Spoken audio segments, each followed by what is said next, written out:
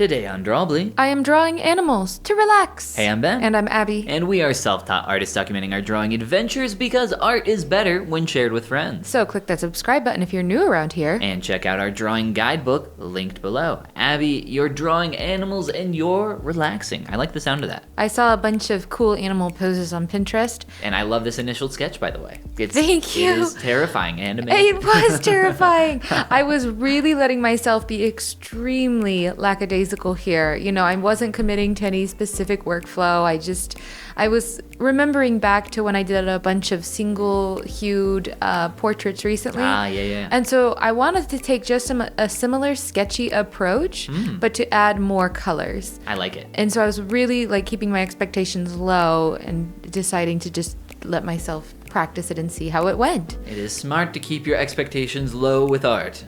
Yeah, it can be. When you're practicing, you know, you can't hold yourself to the highest standards all the time. Look at those rough colors and how good they look already. Yeah, I was actually pretty pleased with that. I left that one where it was, of course. And okay. This one, I don't know why. I liked drawing this rabbit so much, but I got in my head this idea that someday I might draw a scene. Okay. And it might have a character and it might have an environment, both of which I anticipate I'll have drawn many times before. Right. Characters and environments, that is. But what if it needs a rabbit? Well, what if? And I just have never drawn rabbits, and it's just such a phoned-in rabbit. So I decided this is a great opportunity to really practice. Gotta practice rabbits, exactly. Yes, but it doesn't need to be a full-fledged portrait of a rabbit because he's just part of another piece.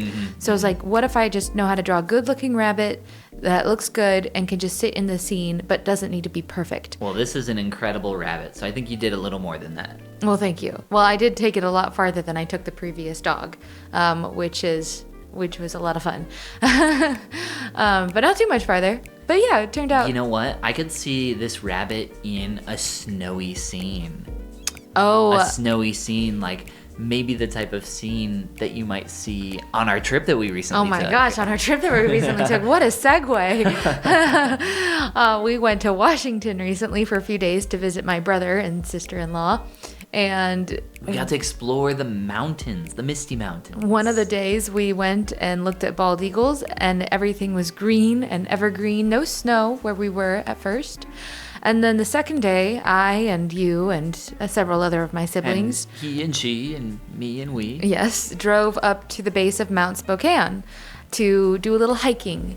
We didn't really know what to expect. We wore the warmest things we brought, which in someone's case was sweatpants and tennis shoes. In my case was a nice long puffy jacket that you had just gotten me for Christmas. Most of us just had on like jeans, you know. Yeah. Just simple pants, gym shoes. So we're driving up the mountain and we're like, wow, this is really cool. Like, beautiful, it's so green tall trees. And beautiful. And slowly things start getting whiter and whiter and whiter. And we're like, where's all this snow? The snow is definitely not happening 10 feet ago. So we were just going up so much in elevation that there was a ton of snow on the top of, like, on this mountain as we kept going up. So much that the roads started getting pretty slippery and dangerous. So we're not from a place with mountains at all. In fact, during our trip, I think I looked over out the window of the car one time and I was like, is that a mountain? And the person driving the car was like, well, that's a hill. And I was like, oh, it's so tall. So we happened to also go on a day where they actually did receive a lot of snow on the mountain. 11 inches. Yes, so it was a very popular day for lots of skiers and snowshoers and other snow activities. So either way, we get to the top to this trail that we were planning on taking. And it was a precarious getting there. Like it was quite precarious. There was the roads did not look good, so, but everybody else was handling them, so we did too. So we got out and we're walking towards this bathroom area because there was an employee over there and there was like a map. And there's a foot of snow on the ground now where we are. So we're like looking at this map trying to find this trail, and we're there for all of 5 seconds before this park ranger just looks at us and says, do you guys need some help? And we were like, oh yeah, can you help us find the entrance to this trailhead? We're gonna hike it. It's called like Death Trail or something. It's called Quarry Trail or something. She's like, oh, that one's actually closed right now to hikers because it passes some ski trails. And then she pauses for a moment and looks at us and says, and no offense, but you guys don't really look prepared for that trail anyway. Yeah. So then she recommends another trail for us back down the mountain. So we take her advice, we head back down the mountain and find this other trail, which is in fact maybe a little too much for our group as a whole as is. But it was really enjoyable. Yeah, it was a great hike regardless. I stayed decently warm and we were pretty happy, we realized, with our easier trail because we still got to see beautiful trees and had a wonderful time, but also got to head back by the time all of our socks were soaking wet. And yes, we were following in the footsteps of a group of people that were maybe about 100 feet in front of us. And when we were following them, we would slowly catch up and then we'd pause and wait because the snow was pretty deep. And they had snowshoes, which we did not. And we happened to pass quite a few other people that also had snowshoes. In fact, every single person we passed had snowshoes except for us. we learned a new lingo that's called cutting trail, which is what they were doing for us, is we realized they were cutting trail, which was nice. It was very nice. Yeah, my socks were soaking wet by the time we got back, but it was still very enjoyable. Yeah. Abby, tell me about these crazy colors you're putting on your horse. So I saw a YouTube video recently, and I'm so sorry to whoever it was, I can't remember their name off the top of my head, who masks out every section of an artwork in different bright colors. And then creates clipping masks or alpha locks, those layers, and draws directly on top of those to keep things cleaner and allow you to draw more three-dimensionally. And while I didn't draw that much more three-dimensionally, I decided to practice this technique and see how it went. And it went, for the first time practicing a technique. And it went. About how you would expect it to go, which is to say neither terribly good or terribly bad, just, a first foray. It's an interesting way to use masks, for sure. Yeah, and they're not even true masks, really. Like They are. Oh, It's okay. a type of mask. You're creating a clipping. That's right. Clipping It is a mask. clipping mask. It's just alpha locked. You're masking the pixels that you have. True.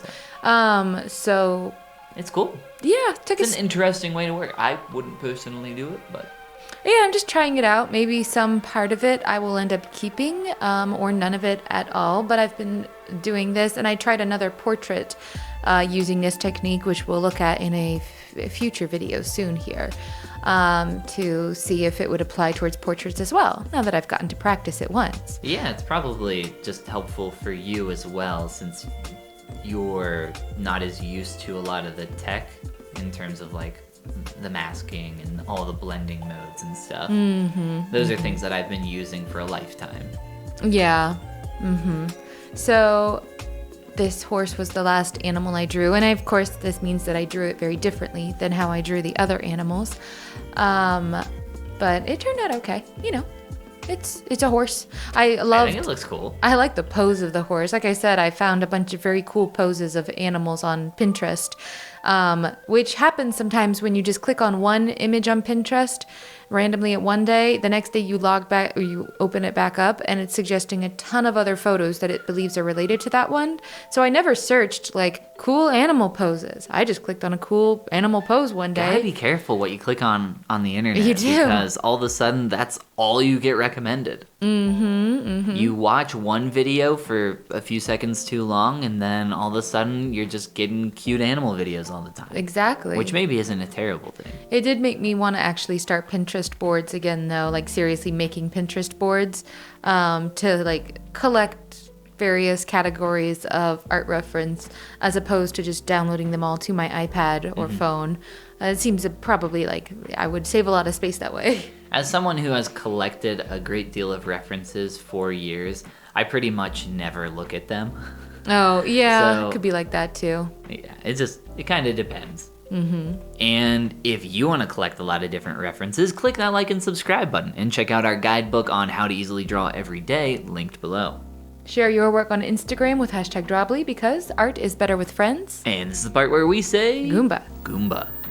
Oh, I said it by accident. Oh, you did say... You're trying to...